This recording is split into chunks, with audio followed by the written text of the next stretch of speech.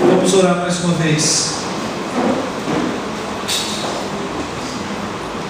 Senhor Deus e Pai, nós dependemos completamente do Senhor, inclusive para compreender a Tua palavra. Por isso eu peço ao Espírito Santo que venha abrir o nosso entendimento, a nossa compreensão.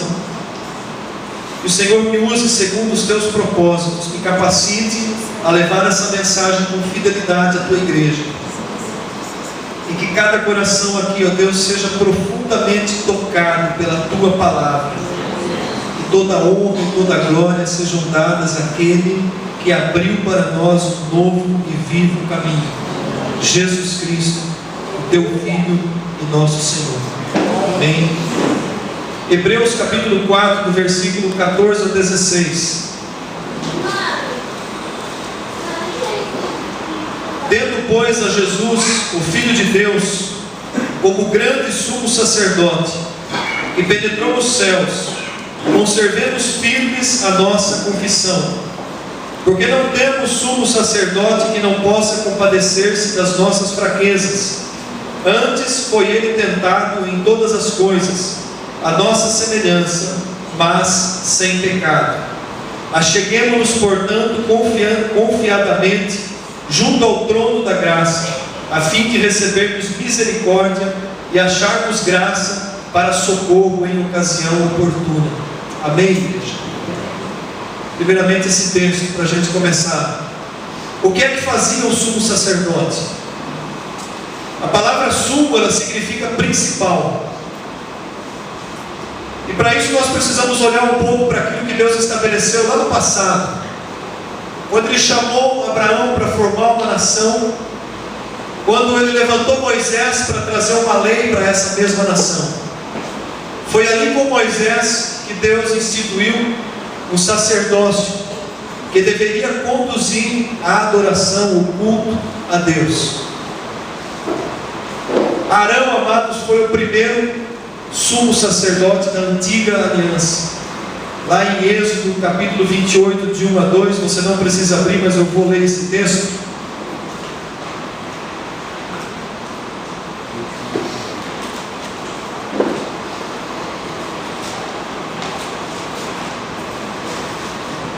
Êxodo 28, versículos 1 e 2. Faze também vir para junto de ti Arão teu irmão, e seus filhos com ele, dentre os filhos de Israel, para me oficiarem como sacerdotes, a saber, Arão e seus filhos, Nadab e Abiú, Eleazar e Itamar. Farás vestes sagradas para Arão teu irmão, para glória e ornamento. O Senhor chamou a Moisés e disse para Moisés preparar Arão, seu irmão, para que ele fosse sacerdote. O Senhor começava ali a formar uma família sacerdotal. Arão e seus filhos foram chamados para serem sacerdotes de Deus, para oficializarem, para ministrarem perante Deus. E Arão foi colocado como o principal, o primeiro sumo sacerdote. O sumo sacerdote na antiga aliança, ele era mais do que um simples chefe religioso. Ele era uma autoridade máxima a nível sacerdotal. E essa função, amados, ela era transferida de geração a geração para o filho mais velho. Então começou com a família de Arão e prosseguiu pela família de Arão até chegar em Eli, que era um dos descendentes de Arão. Porém, quando chegou em Eli, como a gente viu no domingo passado, os seus filhos não honravam a Deus, pelo contrário. Então, quando chegou a geração de Eli, Deus encerra ali e começa através de Samuel. Isso mostra para nós que quando aquilo que o Senhor entregou na nossa mão não é honrado, o Senhor não para a obra dele. Ele vai continuar com alguém que seja mais temente a Deus, alguém que seja mais consagrado, porque o ministério não pode parar.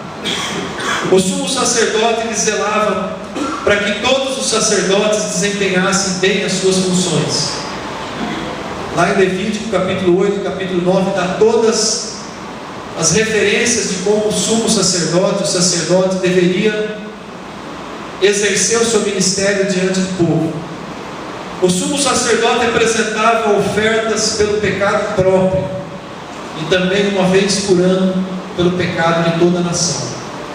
Então a gente precisa olhar um pouco para a história, olhar para trás, porque a própria palavra de Deus diz que tudo aquilo que houve no passado, tudo aquilo que houve na antiga aliança, no Antigo Testamento, ele apontava para algo novo que Deus faria e fez através de Jesus Cristo. Então, amados, a antiga aliança, o tabernáculo, o templo, os sacerdotes do passado, os sacrifícios, os holocaustos, o sangue dos animais que eram derramados, levados até o templo, levados até o lugar santo, tudo aquilo apontava unicamente para a obra que o Senhor Jesus Cristo veio a fazer. A palavra de Deus disse que era como sombra. Então, quando você anda aí à luz do sol, ou até mesmo à luz artificial, você caminha e você pode ver a sua sombra. A sombra é algo que existe, é algo real, mas não é palpável. O verdadeiro real está aqui.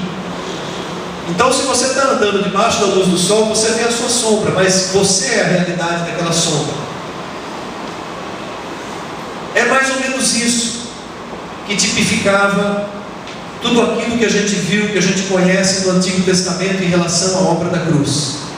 Aquelas coisas do passado eram sombra de algo real, algo mais profundo que o Senhor estava estabelecendo na nova aliança. Então, por isso, quando nós lemos Hebreus, é importante a gente conseguir compreender um pouco daquilo que era feito no passado, do ofício do sacerdote, do ofício do sumo sacerdote de Israel. Tanto que no seminário, quando a gente fez o Rema, um dos trabalhos que foi pedido era que nós estudássemos Levítico e Hebreus ao mesmo tempo e fizéssemos um paralelo do livro de Levítico e do livro de Hebreus. Foi um trabalho árduo. Eu me lembro na época que muitos alunos nem chegaram a entregar, porque é muito cheio de detalhes. Mas é algo impressionante que eu gostaria até de desafiar você que gosta de ler a sua Bíblia a ler Levítico e depois a ler Hebreus, com atenção, e você fazer um paralelo a tudo isso. A função mais importante do sumo sacerdote acontecia no 7º mês de cada ano, no 10º dia. No 7º mês de cada ano, no 10º dia, o sumo sacerdote, ele fazia um rito cerimonial, que era o dia da expiação nacional, o dia onde o pecado de toda a nação de Israel era expiado, de certa forma, coberto, perdoado. E havia todo um cerimonial, um simbolismo profundo, porque ali um animal era trazido para o templo, um era sacrificado no holocausto, 2 bodes eram trazidos, e havia uma cerimônia onde o sacerdote colocava a mão sobre a cabeça daquele bode, declarava ali todo o pecado de Israel sobre a cabeça daquele animal, e um desses animais era sacrificado, e o sangue desse animal era levado no Santo dos Santos. Ali só entrava o sumo sacerdote sozinho, não antes de se consagrar. Ele tinha que se consagrar primeiro. Ele tomava um banho, lavava-se em águas, vestia toda a sua roupa de linho puro, colocava todo o seu ornamento sacerdotal por cima daquela roupa, porque até mesmo o suor dele não poderia ser contemplado dentro daquele lugar. Colocava toda a vestimenta de sumo sacerdote, colocava o peitoral de pedras representando as 12 tribos de Israel, colocava a mitra sobre a sua cabeça, a placa escrito santidade ao Senhor, e depois de muito preparo e consagração, ele entrava ali dentro com o sangue daquele animal, e o sangue daquele animal era colocado sobre a tampa da arca do Senhor, sobre o propiciatório. A tampa da arca representa nada mais nada menos do que o trono de Deus. O sangue de um animal era levado ali na presença do trono de Deus. e o animal era sacrificado. O outro animal era solto no deserto. Daí vem aquilo que a gente conhece como bode expiatório. Esse animal era levado por uma pessoa determinada para o deserto. E o significado desse animal ser solto no deserto é que todos os pecados que foram expiados agora estavam sendo levados para longe de Israel, para um lugar onde o Senhor não mais olharia para ele. Então tudo isso era um simbolismo, mas um simbolismo muito profundo, amados. E o sumo sacerdote era representante do povo para fazer isso diante de Deus. Ele era talvez como um advogado diante do Senhor. Ele era um intercessor. Ele era alguém que se colocava entre o povo e o Senhor Deus Todo-Poderoso. E o tabernáculo, o templo, representava o lugar da habitação de Deus. Então imagine essa situação sendo feita e repetida ano após ano. Havia outros sacrifícios por pecados menores. Se você ler Levítico, você vai ver uma série de sacrifícios que existiam, que as pessoas traziam os seus animais para serem sacrificados no templo. Mas esse dia em especial, o 10º dia do 7º mês de cada ano, esse sumo sacerdote levava o sangue de um animal para dentro do Santo dos Santos, e ali ele aspergia sobre o propiciatório, sobre o trono de Deus, aquele sangue, e era então perdoado o pecado de toda a nação de Israel. Era assim que funcionava, era dessa maneira que Deus estabeleceu. A nação toda dependia desse ritual simbólico conduzido pelo sumo sacerdote. Então você consegue parar para imaginar a importância do que era ser um sumo sacerdote de Israel? O peso espiritual que esse homem carregava sobre os seus ombros. O pecado de toda a nação era conduzido ali diante de Deus. E ai dele se ele não estivesse devidamente preparado, porque ele morreria fulminado ali no Santo dos Santos. Por isso que ele entrava justamente com uma corda pela cintura ou pela perna, porque se ele morresse lá dentro, ninguém podia entrar para tirar, ele tinha que ser puxado.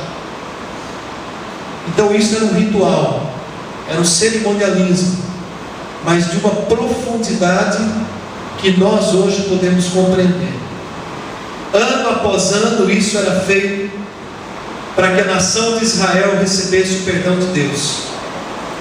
Para nós cristãos hoje, Jesus, conforme o texto que nós lemos, ele é o sumo sacerdote que se apresentou uma única e eficaz vez diante do trono de Deus Pai. Por isso que nós podemos hoje celebrar esse culto e colocar essa mesa aqui à disposição da igreja. Então somente por isso, porque Jesus, como sumo sacerdote, ele foi até o trono do Pai, levando o sangue também para perdoar todos os nossos pecados. E a palavra diz, não era mais o sangue de um animal, era o seu próprio sangue que ele apresentava diante de Deus. Lá em 1 Coríntios capítulo 11, de 23 a 29, nós temos o texto tradicionalmente usado no dia da ceia do Senhor. A palavra de Deus diz assim nesse texto: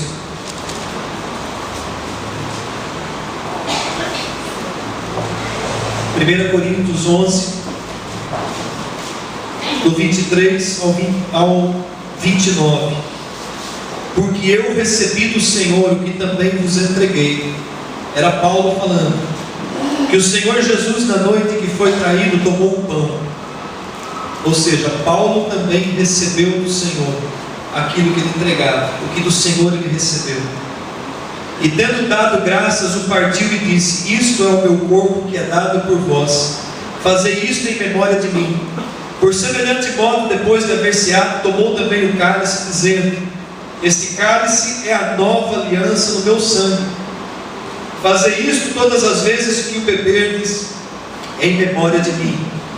Porque todas as vezes que comerdes este pão e beberdes o cálice, anunciais a morte do Senhor até que Ele venha.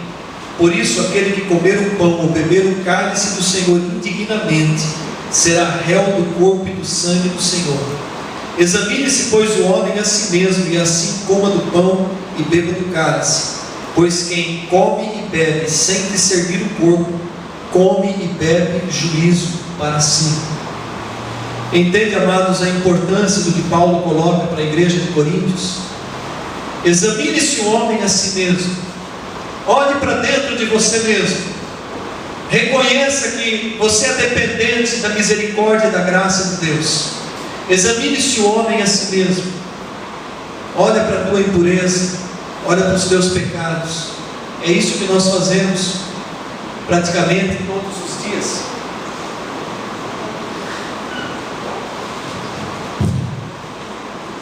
É isso que nós fazemos a cada vez que oramos e confessamos ao Senhor. Examinamos a nós mesmos, como está o nosso interior, como está a nossa vida espiritual, conforme a palavra que a gente trouxe a semana passada. Como está a nossa vida espiritual? Qual tem sido o relacionamento que temos tido com o Senhor nosso Deus? Então examine-se o homem a si mesmo. Está dentro disso. E reconheça a possibilidade de receber o perdão de Deus. Talvez muitos pensem aqui, talvez muitos se achem indignos de participar dessa mesa. Talvez você pense assim no seu íntimo: eu não sou digno de comer esse pão, de beber esse cálice. Eu sou um pecador inútil. Eu tenho vivido no pecado. Eu tenho continuamente andado no pecado. Eu tenho deliberadamente pecado porque eu gosto de pecar. Eu escolhi um caminho de pecado. Então, se de fato alguém vive dessa maneira, de fato não pode participar dessa mesa. Mas há algo que nós precisamos compreender: que se você crê que Jesus Cristo pode transformar e remover a escravidão do pecado da sua vida, e pode começar a colocar diante de você um caminho novo, se você crê verdadeiramente que o sacrifício de Jesus Cristo pode te perdoar e te libertar de todo o peso do pecado, de todo o peso de culpa, se você crê que através de uma entrega pessoal, através de uma confissão, se você crê que através de uma oração, de se dobrar diante de Deus Pai e dizer: Senhor, eu tenho sido esse pecador, eu tenho pecado porque eu gosto de pecar, eu tenho vivido de maneira errada porque eu escolhi viver dessa maneira errada, mas hoje eu faço uma confissão diante do Senhor. Hoje eu quero que a minha vida seja mudada. Hoje eu quero começar um tempo novo na minha vida. Hoje eu faço um propósito que nem eu mesmo sei se eu vou cumprir, mas eu creio que pelo Teu Espírito Santo eu possa cumprir esse propósito. Hoje eu faço na Tua presença um propósito de abandonar todo o meu pecado.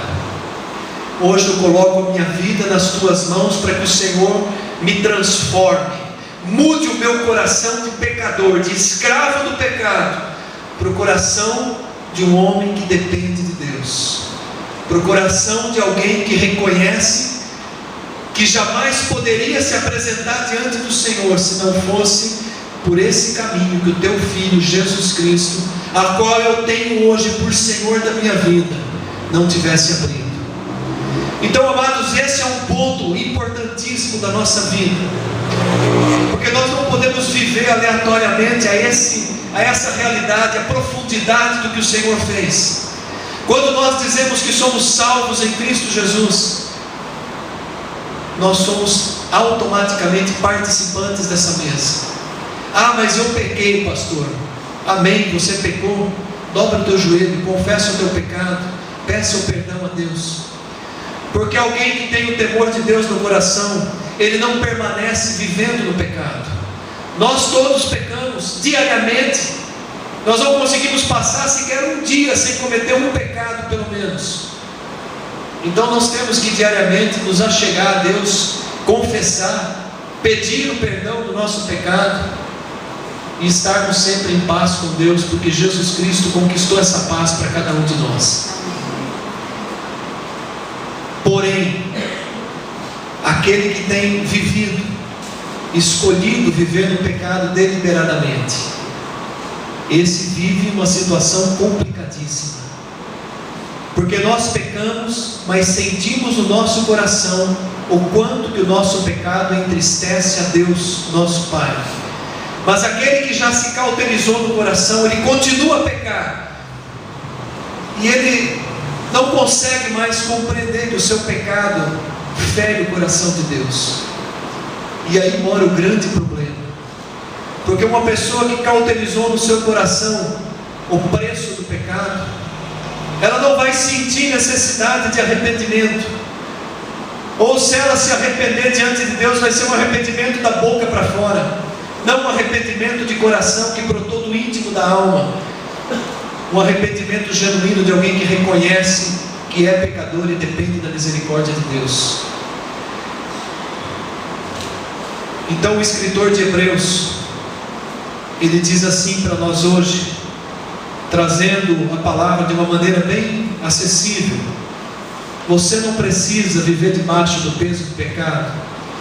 Nenhum de nós somos mais escravos do pecado. Você não precisa mais se excluir, porque houve um sumo sacerdote, tendo pois a Jesus, o Filho de Deus, como grande sumo sacerdote, que não entrou lá no Santo dos Santos, no templo, do tabernáculo, mas ele entrou nos céus, na presença de Deus Pai, no verdadeiro lugar santíssimo, e lá ele apresentou o seu próprio sangue. Notem como isso é profundo, amados. O versículo 15 diz que nós não temos sumo sacerdote que não possa compadecer-se das nossas fraquezas. Por que Jesus pode se compadecer das nossas fraquezas? Porque ele veio feito homem e sofreu feito homem e conhece as fraquezas do ser humano como homem. Em tudo ele foi tentado, porém não cometeu pecado. Quando nós olhamos lá para as tentações que Jesus sofreu, a primeira tentação, ela fala sobre a necessidade física, a necessidade da carne. Jesus estava num jejum de 40 dias. E para quem está em jejum, qual é a maior tentação da carne que possa existir? Um dia, conversando com uma pessoa, essa pessoa falou: mas Jesus não foi tentado quanto ao sexo. Amados, se você comparar a fome com o desejo sexual, você pode ter certeza absoluta que a fome disparadamente é uma necessidade muito mais importante.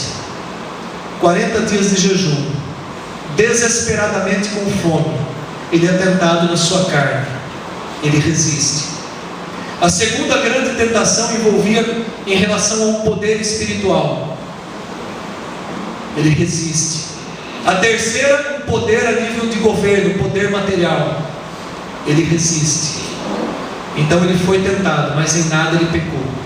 Por isso ele se apresenta diante de Deus Pai com o seu próprio sangue, como uma expiação pelos nossos pecados. E isso foi feito uma única vez.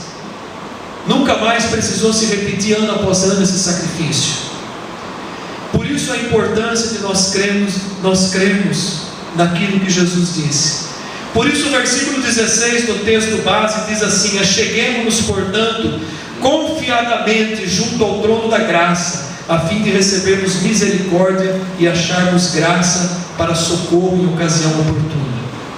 Por isso que o cristão não pode pensar que ele não pode se colocar na presença de Deus.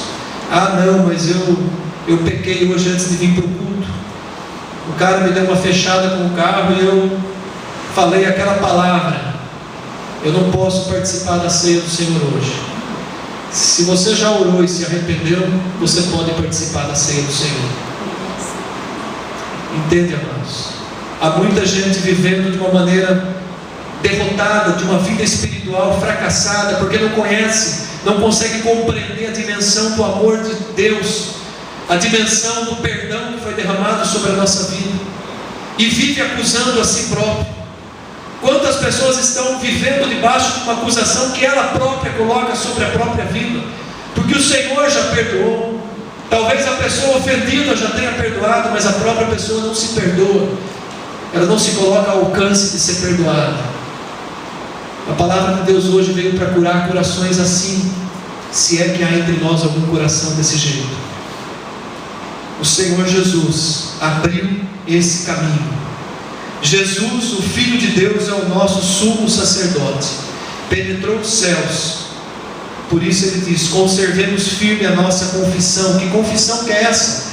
A fé, a sua fé em Jesus Cristo. Essa é a confissão que você tem que se permanecer firme nela. A sua fé que Ele é o teu Salvador. Que aconteça o que acontecer, você é salvo em Jesus Cristo. E que quando você peca, você não faz isso de livre, espontânea vontade, deliberadamente. Você faz porque ainda reside em você uma natureza humana. Então essa é a grande diferença daqueles que têm certeza da sua salvação e daqueles que ainda estão perdidos. Daqueles que ainda estão perdidos. Não tem outra alternativa. Ou você tem certeza da tua salvação em Jesus Cristo, ou você está perdido. Ou você precisa urgentemente compreender essa palavra e se render completamente a Jesus Cristo. Ainda no livro de Hebreus, eu falei para manter o livro de Hebreus aberto, capítulo 7, versículo 25 ou 27.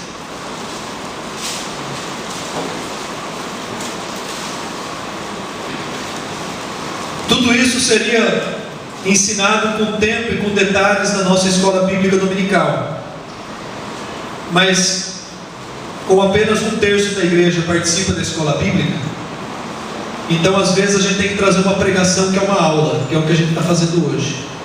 Então Hebreus capítulo 7, do 25 ao 27,